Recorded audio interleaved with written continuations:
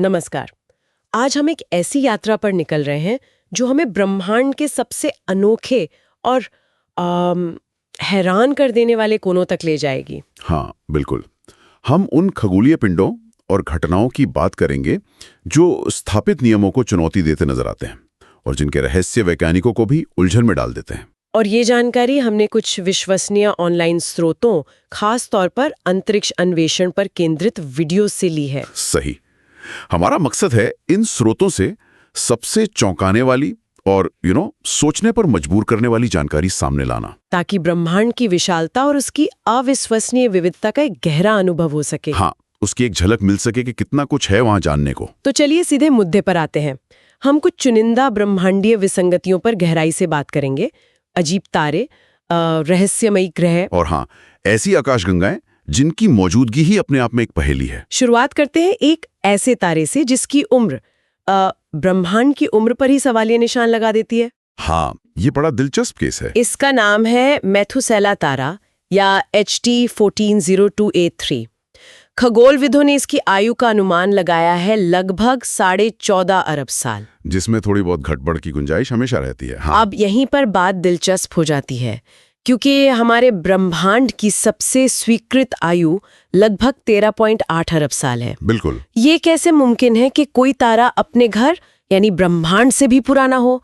ये तो मतलब विरोधाभास है। यही विरोधाभास इसे खगोल विज्ञान की सबसे दिलचस्प पहेलियों में से एक बनाता है। तो इसकी उम्र का अनुमान लगाया कैसे गया? देखिए, ये कई चीजों पर आधारित है। उसकी चमक, पृथ्वी से उसकी दूरी और सबसे महत्वपूर्ण उसकी रासायनिक संरचना। रासायनिक संरचना मतलब? मेथुसेला में धातुओं की मात्रा बहुत ही कम है, जिसे खगोलविद लो मेटलिसिटी कहते हैं। अच्छा, लो मेटलिसिटी।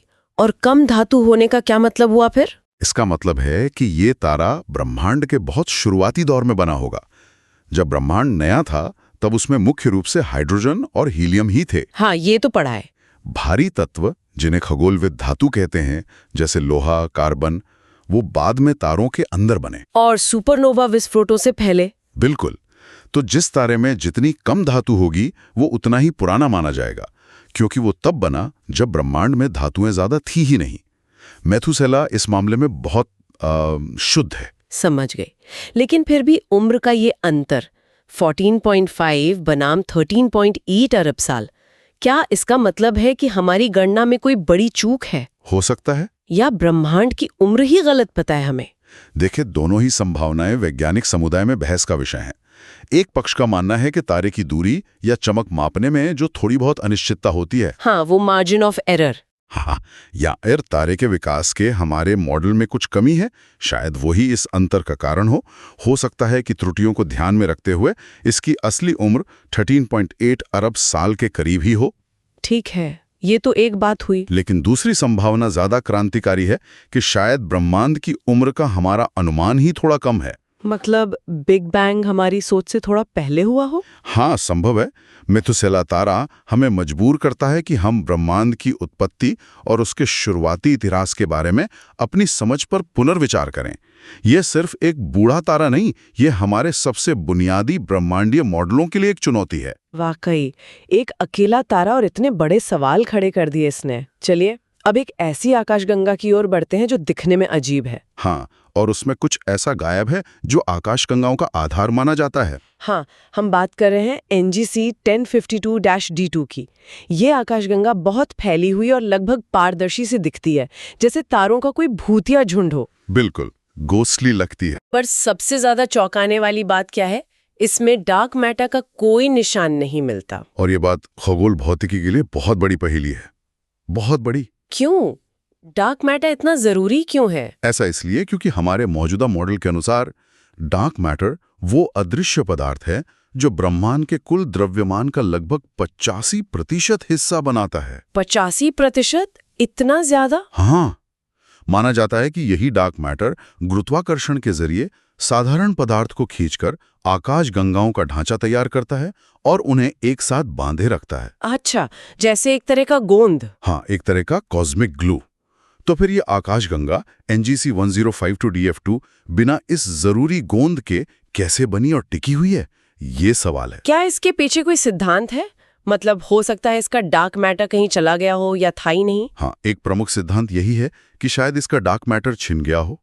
संभव है कि NGC 1052 DF2 का किसी बड़ी पड़ोसी आकाशगंगा के साथ गुरुत्वाकर्षण संपर्क हुआ हो और उसने खींच लिया सारा डार्क मैटर। हाँ, उस खिंचाव में इसे टाइडल स्ट्रिपिंग कहते हैं। Tidal stripping. ओके। एक और विचार यह है कि शायद ये आकाशगंगा किसी बहुत तेज गति वाले गैस के बादल के टकराने से बनी हो, जो सामान्य आकाशगंगा निर्माण प्रक्रिया से अलग है। और कोई थ्योरी? एक तीसरी संभावना भी है जो ज्यादा विवादास्पद है कि शायद आकाशगंगा निर्माण के हमारे सिद्धांत ही अपूर्ण है। मतलब हो सकता है कुछ आकाशगंगाएं बिना डार्क मैटर के भी बन सकती हैं। बिल्कुल हो सकता है। तो क्या ये अकेली ऐसी आकाशगंगा है? शुरुआत में ऐसा लगा था, पर बाद में कुछ और ऐसी ही डार्क मैटर रहित आकाशगंगाएं खोजी गई हैं, जैसे NGC 1052 DF4। अच्छा, और भी है? हाँ, ये खोजें हमें मजबूर कर रही हैं कि हम डार्क मैटर की भूमिका और आकाशगंगाओं के बनने की प्रक्रिया को और गहराई से समझें। ये सिर्फ विसंगतियां नहीं, बल्कि ब्रह्मांड के रहस्यों को खोलने की नई खिड़कियां हैं। कमाल है। इन अदृश्य आकाशगंगाओं से आगे बढ़ते हुए अब एक ऐसे तारे पर नजर डालते हैं जिसका व्यवहार इतना अजीब था कि इसने एलियन की कल्पनाओं को हवा दे दी थी। हाँ, वो टैबी का तारा KIC 8462852। हाँ, टैबी का तारा। इस तारे की चमक में बहुत ही अनियमित और नाटकीय ढंग से गिरावट दर्ज की गई है। हाँ, और ये गिरावट छोटी मोटी नहीं थी। कभी-कभी तारे की चमक 20-22% तक कम हो जाती थी। 22%? ये तो बहुत ज्यादा है। बहुत ज्यादा। ये किसी सामान्य ग्रह के पारगमन यानी प्लैनेटरी ट्रांजिट से बिल्कुल अलग है। जब कोई ग्रह अपने तारे के सामने से गुजरता है तो चमक में नियमित और बहुत मामूली, अक्सर 1% से भी कम गिरावट आती है। हाँ, एक रेगुलर डिप होता है। बिल्कुल। लेकिन टैबी के तारे की गिरावट अनियमित थी, कभी कम, कभी ज्यादा, और कभी लंबे समय तक चलती थी। मतलब कोई पैटर्न नहीं था। इसी वजह से वो एलियन मेगा स्ट्रक्चर वाली बात उठी थी, जैसे कोई विशाल सौर पैनल या डायसन स्फीयर बना रहा हो कोई। बिल्कुल। शुरुआती उत्साह में ये विचार काफी चर्चा में रहा। कल्पना की गई कि शायद कोई उन्नत सभ्यता तारे की ऊर्जा का उपयोग करने के लिए कोई विशाल संरचना बना रही है, जो बीच-बीच में तारे की रोशनी को रोक रही है। सुनने में तो बहुत रोमांचक लगता है। लेकिन वैज्ञानिक समुदाय हमेशा ज्यादा प्राकृतिक स्पष्टीकरणों की तलाश करता है। मतलब पहले देखो कि कोई नेचुरल वजह तो नहीं। सही बात है। तो फिर ज्यादा संभावित वैज्ञानिक कारण क्या माना जाता है? सबसे प्रमुख सिद्धांत यह है कि तारे के चारों ओर धूल और मलबे का एक विशाल असमान घनत्व वाला बादल या छल्ला है। धूल और मलबा कहाँ से आया होगा? शायद टूटे हुए धूमकेतुओं यानी कॉमेट्स या क्षुद्र ग्रहों यानी एस्टेरॉइड्स का हो सकता है। जब इस मलबे का कोई घना हिस्सा तारे और हमारे बीच आता है तो रोशनी ब्लॉक हो जाती है। अच्छा, जैसे बादल सूरज को ढक लेता है। हबल जैसे टेलीस्कोप से किए गए अध्ययनों ने इस सिद्धांत को बल दिया है। उन्होंने पाया कि धूल अलग-अलग वेवलेंथ की रोशनी को अलग-अलग तरीके से रोकती है। मतलब नीली रोशनी को लाल रोशनी से ज्यादा। बिल्कुल, जो छोटे धूल कणों के प्रभाव से मेल खाता है, ना कि किसी ठोस बड़ी वस्तु के प्रभाव से। तो क्या अब ये रहस्य सुलझ गया है? एलियन नहीं है? देखिए, पूरी तरह से तो नहीं। हालांकि धूल का बादल सबसे स्वीकृत व्याख्या है, फिर भी गिरावट का सटीक पैटर्न और उसकी अनियमितता पूरी तरह से समझाई नहीं जा सकी है। अच्छा, अभी भी पक्का नहीं है। हाँ, कुछ हालिया अध्ययनों ने तारे की अपनी आंतरिक गतिविधि को भी एक संभावित कारक माना है। टैबी का तारा इस बात का बेहतरीन उदाहरण है कि कभी-कभी सबसे अजीब दिखने वाली घटना के पीछे प्राकृतिक कारण हो सकते हैं, लेकिन उन कारणों को समझना भी एक जटिल प्रक्रिया है। हाँ, मतलब यूनिवर्स हमेशा सरप्राइज देता रहता है। बिल्कुल, ये हमें अवलोकन और व्याख्या में सावधानी बरतना सिखाता है। वाकई। अब सौर मंडल से बाहर निकलकर एक ऐसे ग्रह की बात करते हैं जिसका मौसम सुनकर ही सिहरन दौड़ जाए। हाँ, ये वाला तो सच में भयानक है। ग्रह का नाम है HD 189733b। ये हमसे करीब 64 प्रकाश वर्ष दूर है और आकार में बृहस्पति से थोड़ा ही बड़ा है। लेकिन इसका आकार नहीं, इसका वातावरण इसे खास बनाता है। ये ग्रह अपने तारे के बहुत करीब है, बिल्कुल सटकर, जिसके कारण इसका तापमान बहुत ज्यादा है। कितना? लगभग 930 degree Celsius, 1700 degree Fahrenheit. 930 degree? मतलब शीशा, लेड भी पिघल जाए वहां। बिल्कुल। लेकिन असली खौफनाक बात है इसकी हवाएं। हवाएं? क्या मतलब? कितनी तेज? अनुमान है कि वहां 8700 किलोमीटर प्रति घंटा यानी लगभग 5400 मील प्रति घंटा की रफ्तार से हवाएं चलती हैं। क्या? 8700 किलोमीटर प्रति घंटा? ये तो आवाज की रफ्तार से 7 गुना ज्यादा हुई। हाँ, और ये सिर्फ तेज हवाएं नहीं हैं। इस ग्रह के वायुमंडल में सिलिकेट के कण पाए गए हैं। सिलिकेट मतलब रेत जैसा कुछ? हाँ, सिलिका, कांच जिससे बनता है। और इतने ज्यादा तापमान पर ये सिलिकेट कण पिघली हुई अवस्था में होते हैं। तो क्या मतलब हुआ इसका? मतलब पिघले हुए कांच की बारिश। क्या? पिघले हुए कांच की बारिश? तूफानी हवाओं के साथ पिघले हुए कांच की क्षैतिज बारिश, साइडवेज। रोंगटे खड़े हो गए। इसका नीला रंग भी? हाँ, इसका नीला रंग भी इसी सिलिकेट कणों द्वारा प्रकाश के प्रकीर्णन यानी स्कैटरिंग के कारण माना जाता है, न कि पृथ्वी की तरह महासागरों के कारण। ये ग्रह तो नरक का जीता जागता उदाहरण लगता है, कह सकते हैं। इस तरह के एक्सट्रीम ग्रह खोजने का क्या महत्व है? क्या हम इससे कुछ सीखते हैं सिवाय इसके कि हमें वहां नहीं जाना है? हाँ, वो तो है, पर सीखते बहुत कुछ हैं। HD 189733b जैसे ग्रह हमें दिखाते हैं कि ग्रहों की दुनिया कितनी विविध और चरम हो सकती है। हाँ, मतलब हमारी कल्पना से भी परे। बिल्कुल, जब हम जीवन की तलाश करते हैं तो अक्सर पृथ्वी जैसी परिस्थितियों पर ध्यान केंद्रित करते हैं, लेकिन ऐसी खोजें हमें याद दिलाती हैं कि ब्रह्मांड में ऐसे वातावरण भी मौजूद हैं। ये एक्सोप्लैनेट वायुमंडलों का अध्ययन करने की हमारी तकनीकों को बेहतर बनाने में भी मदद करते हैं। और ग्रहों के बनने की अलग-अलग प्रक्रियाओं को समझने में भी। सही कहा। ये दिखाता है कि ग्रह शब्द कितने अलग-अलग रूपों में आ सकता है। वाकई में अद्भुत और डरावना। अच्छा, इस चरम वातावरण से अब एक रहस्यमयी मेहमान की ओर चलते हैं जो कुछ साल पहले हमारे सौर मंडल से होकर गुजरा था। ओमुअमुआ। हाँ, ओमुअमुआ नाम ही अनोखा है। और ये पिंड भी। ये पहला ज्ञात अंतरतारिकीय पिंड यानी इंटरस्टेलर ऑब्जेक्ट था जिसे हमने अपने सौर मंडल में देखा। हाँ, 2017 में इसकी खोज एक बड़ी घटना थी। ओमुअमुआ हवाई भाषा का शब्द है जिसका मतलब है दूर से आया पहला संदेशवाहक। पहला संदेशवाहक, क्या बात है। और ये अपने नाम के अनुरूप ही रहस्यमयी था। पहली बात तो इसका आकार। ये किसी सामान्य क्षुद्र ग्रह या धूमकेतु की तरह गोल या अनियमित नहीं। हाँ, सुना था, बहुत अजीब शेप था। बहुत लंबा और पतला था, सिगार जैसा, या शायद एक पतली पैनकेक जैसा। अनुमान था कि ये कई 100 मीटर लंबा पर कुछ दसियों मीटर ही चौड़ा था। सिगार जैसा? हाँ, ठीक है। और इसके व्यवहार में क्या अजीब था? सबसे अजीब बात थी इसकी गति। जब ये सूर्य के पास से गुजरकर वापस गहरे अंतरिक्ष की ओर जा रहा था तो इसने थोड़ी तेजी दिखाई। तेजी दिखाई? मतलब ये गुरुत्वाकर्षण के प्रभाव से जितना धीमा होना चाहिए था उससे कम धीमा हो रहा था। यानी कोई अतिरिक्त बल इसे हल्का से धक्का दे रहा था। अच्छा, जैसे कोई रॉकेट इंजन लगा हो।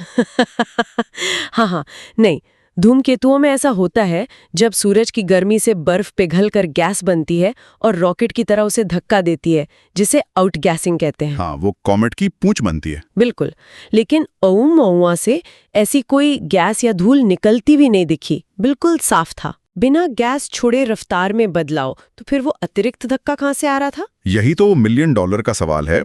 कई प्राकृतिक स्पष्टीकरण सुझाए गए। जैसे एक सिद्धांत है कि ये किसी बर्फीले पिंड जैसे नाइट्रोजन आइसबर्ग का टुकड़ा हो सकता है जो ऐसी गैस छोड़ रहा था जिसे हमारे टेलीस्कोप पकड़ नहीं पाए।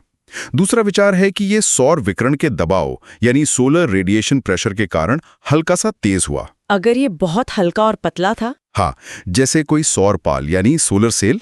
एक और सिद्धांत ये है कि ये किसी दूसरे तारे के ग्रह से निकला हुआ टुकड़ा हो सकता है। और एलियन टेक्नोलॉजी वाली अटकलें वो भी तो थीं। हाँ, हार्वर्ड के खगोल शास्त्री एवी लोएब ने ये विचार जोर शोर से उठाया कि शायद ये किसी एलियन सभ्यता द्वारा भेजा गया यान या उसका टुकड़ा हो सकता है। सुनने में तो काफी साइंस फिक्शन जैसा लगता है। हाँ, ये विचार आकर्षक हैं, लेकिन वैज्ञानिक समुदाय का बड़ा हिस्सा इसे अत्यधिक सट्टा मानता है क्योंकि इसके प्राकृतिक पिंड होने के कई संभावित रास्ते मौजूद हैं, भले ही वो असामान्य हों। मतलब एलियन मानने से पहले 100 बार सोचो। बिल्कुल।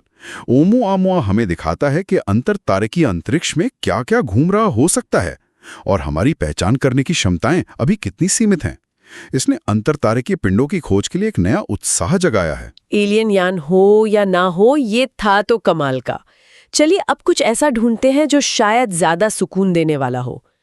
क्या ब्रह्मांड में कोई ऐसी जगह है जो घर जैसी लगे? पृथ्वी जैसी दुनिया?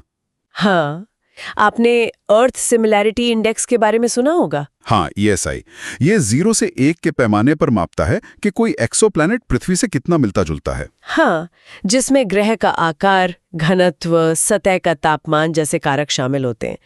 पृथ्वी का ESI जाहिर है 1 है। और इसी पैमाने पर ठीक है, टी गार्डन बी नाम का ग्रह एक बहुत ही उच्च स्कोर प्राप्त करता है, 0.95।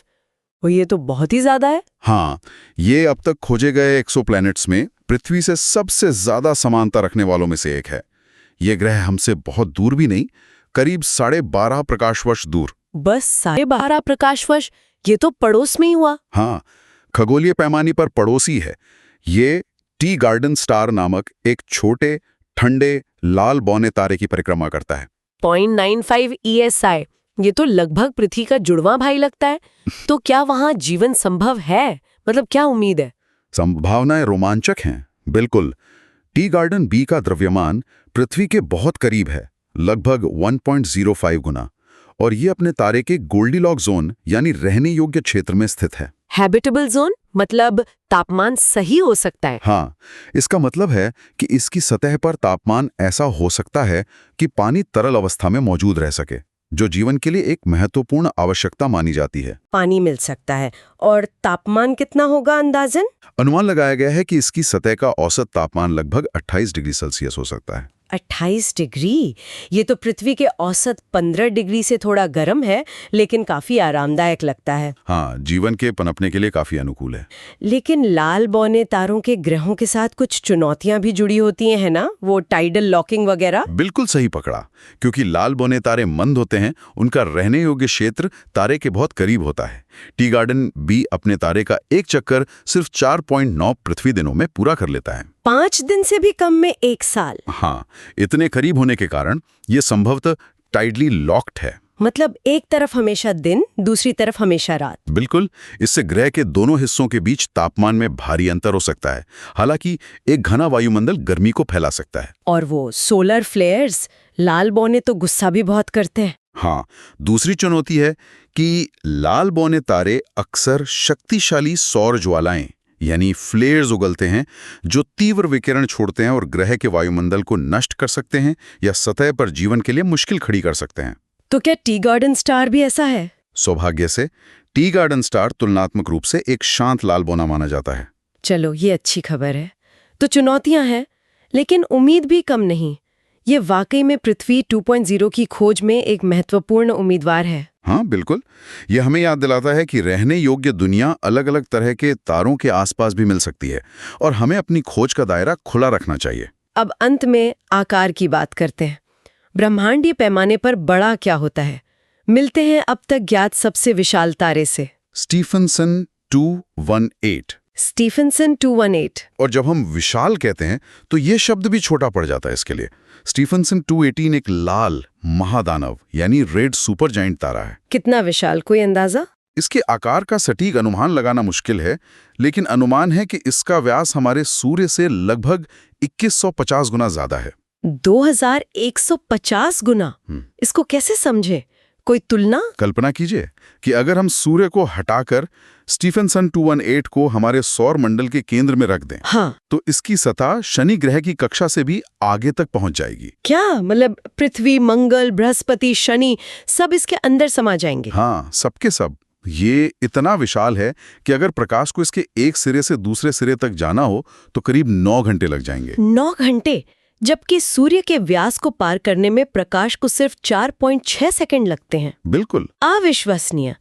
ये लाल महादानव तारे होते क्या हैं? मतलब इतने बड़े कैसे हो जाते हैं? लाल महादानव तारे अपने जीवन के अंतिम चरण में होते हैं। ये वो विशाल तारे होते हैं जिन्होंने अपने कोर में हाइड्रोजन ईंधन खत्म कर दिया है और अब बाहरी परतों में भारी तत्वों को जला रहे हैं। अच्छा, फ्यूजन प्रोसेस बदल जाता है। हाँ, इस प्रक्रिया में वे फूलकर बहुत बड़े हो जाते हैं।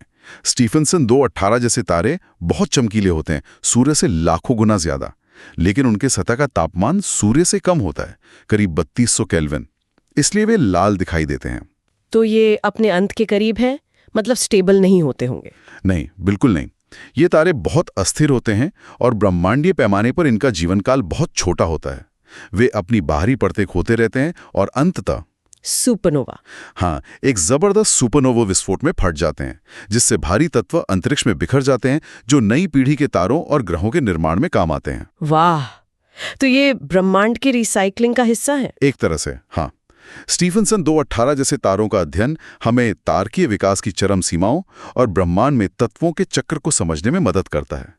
यह हमें दिखाता है कि तारे कितने भव्य और शक्तिशाली हो सकते हैं। तो हमने आज एक अद्भुत यात्रा की मेथुसेला जैसे तारे से, जो शायद ब्रह्मांड से भी पुराना है। हाँ, NGC 1052 DF2 जैसी भूतिया आकाश गंगा तक, जिसमें डार्क मैटर नहीं है। टैबी के तारे के रहस्यमयी टिमटिमाहट से लेकर HD 189733b पर कांच की बारिश तक, हमारे सौर मंडल के रहस्यमयी मेहमान ओमुआमुआ से लेकर पृथ्वी जैसे दिखने वाले टी गार्डन बी तक, और अंत में स्टीफनसन 2-18 जैसे भीमकाय तारे तक। क्या गजब की लिस्ट थी। ये सब दिखाता है कि ब्रह्मांड कितना अजीब, कितना विविध और कितना अप्रत्याशित है। निश्चित रूप से ये विसंगतियां सिर्फ जिज्ञासा जगाने वाली कहानियां नहीं हैं, ये विज्ञान की सीमाओं को धकेलती हैं।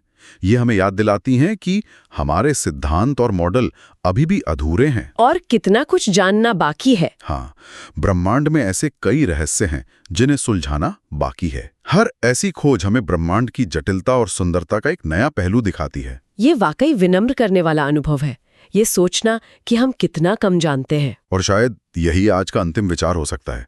ये असाधारण खोजें हमें ब्रह्मांड में हमारी जगह के बारे में क्या सिखाती हैं। हाँ, मतलब हम कितने छोटे हैं इस विशालता में। क्या ये हमें एहसास दिलाते हैं कि हम एक बहुत बड़े और अक्सर हमारी समझ से परे ब्रह्मांड का हिस्सा हैं? क्या ऐसी और भी अनदेखी अनसुनी विसंगतियां हो सकती हैं जो हमारी वर्तमान समझ को पूरी तरह से उलट दें? कौन जाने कल क्या मिल जाए। बिल्कुल। और जेम्स वेब स्पेस टेलीस्कोप जैसे नए उपकरण इन गूढ़ पहेलियों को सुलझाने में क्या भूमिका निभाएंगे? ये सवाल हमें निरंतर खोज और सीखने के लिए प्रेरित करते हैं, उस अनंत विस्तार को समझने के लिए जिसमें हम रहते हैं। बिल्कुल बेहतरीन। इसी विचार के साथ आज इस गहरी पड़ताल में हमारे साथ रहने के लिए धन्यवाद।